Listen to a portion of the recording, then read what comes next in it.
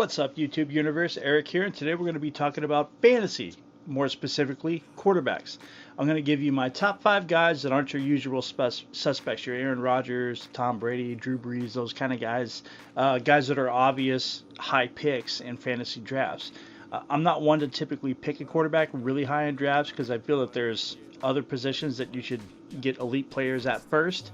So I'm going to give you 5 guys and a couple dark horses that you can pick up in later rounds that'll still get you high productivity.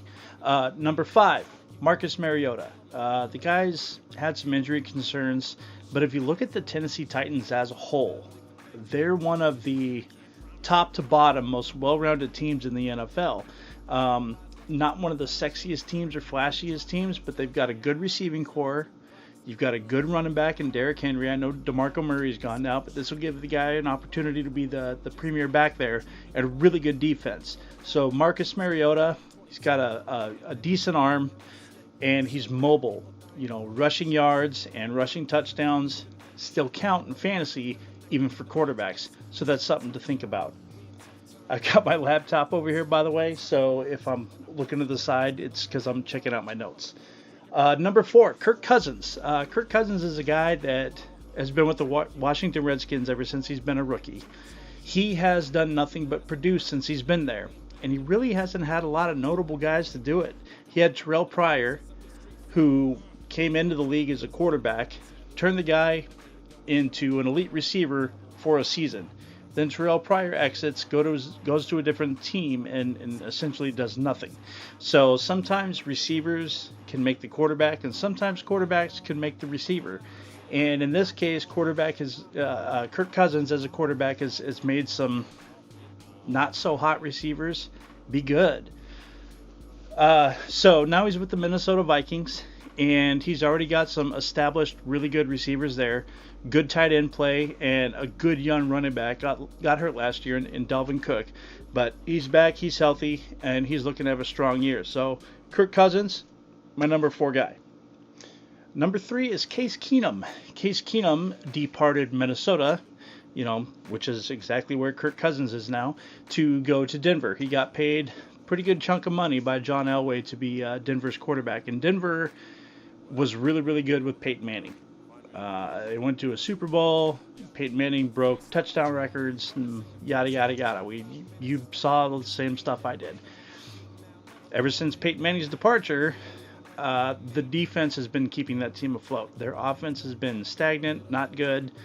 Trevor Siemian was the guy there last year, and, he got hurt and benched and all this quarterback drama. So Case Keenum is a guy that when he was with Minnesota was magical. The guy's been a career backup throughout his entire career in the NFL, and all of a sudden he gets his opportunity in Minnesota last year and makes one of the most spectacular plays in NFL playoff history.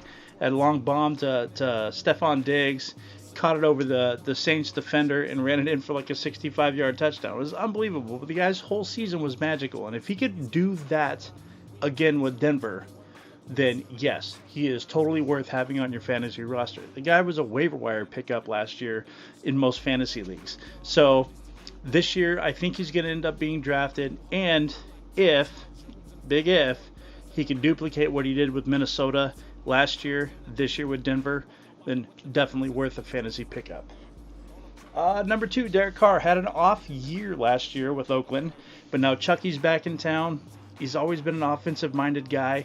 I think the time away from coaching and the time he spent in the broadcast booth with the ESPN on Monday Night Football, allowing him to step away from controlling the game to just calling it and enjoying it like the rest of us, has really done well for him. So I think with all the offensive weapons they have in Oakland, along with Derek Carr being a great arm talent and a somewhat mobile quarterback, I think Derek Carr can go right back to form like he did 2 years ago and be worthy of being on your fantasy roster. Number 5. This is kind of a dark horse candidate, and I know I'm a fanboy.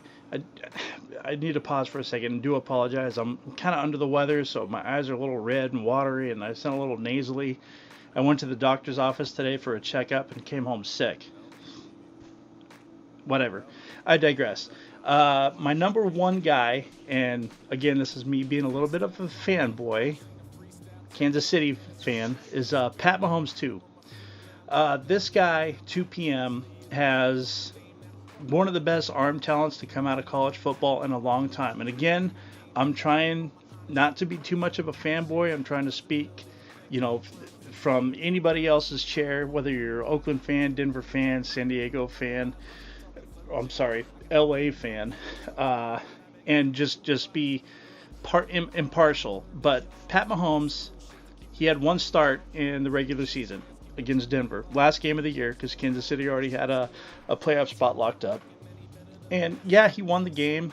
He didn't throw any touchdowns, but some of the throws he made were superb. An arm talent like that doesn't come along very often. And him to be married with Andy Reid as his head coach is going to be a magical thing.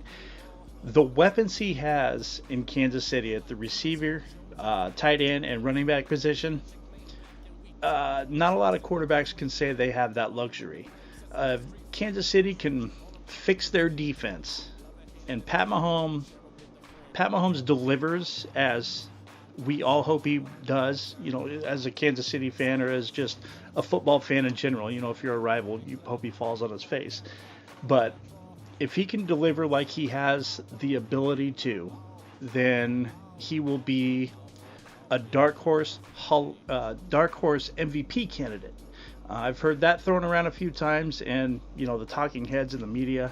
I've also heard some Brett Favre comparisons from the talking heads in the media. I don't think we're quite there yet, but the potential is.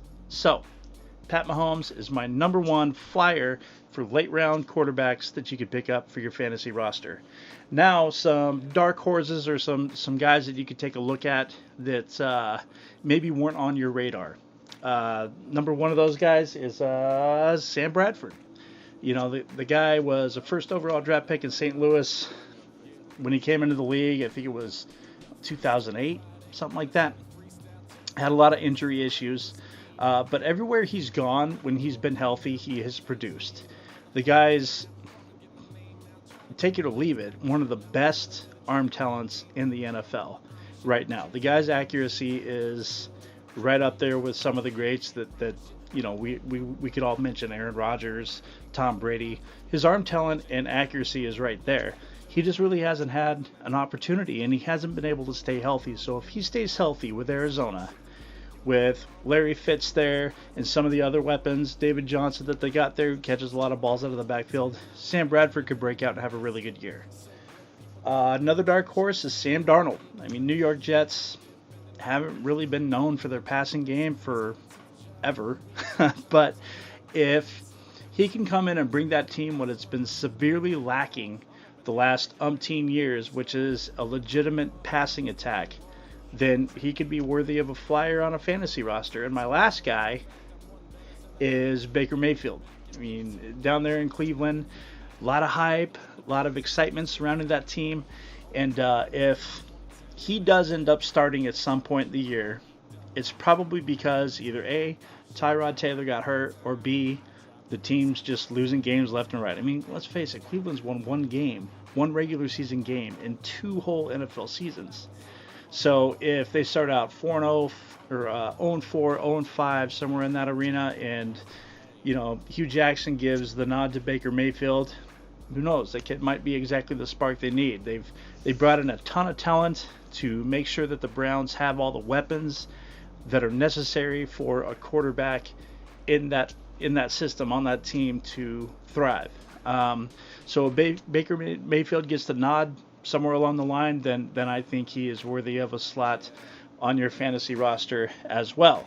Maybe someone you could pick up in the waiver wire once Cleveland, or if Cleveland goes like 0-3 and 0-4, you might want to hop out there, pick him up, because the change might be coming. Because this year, Hugh Jackson is he's fighting for his job. So that's all I got for you guys. I apologize for being a little sick, a little under the weather, and let me know what you guys think down in the comment section below. This idea was given to me by my good buddy Jared. Also a YouTuber doing some top 5 kind of lists, also talks a lot of college football.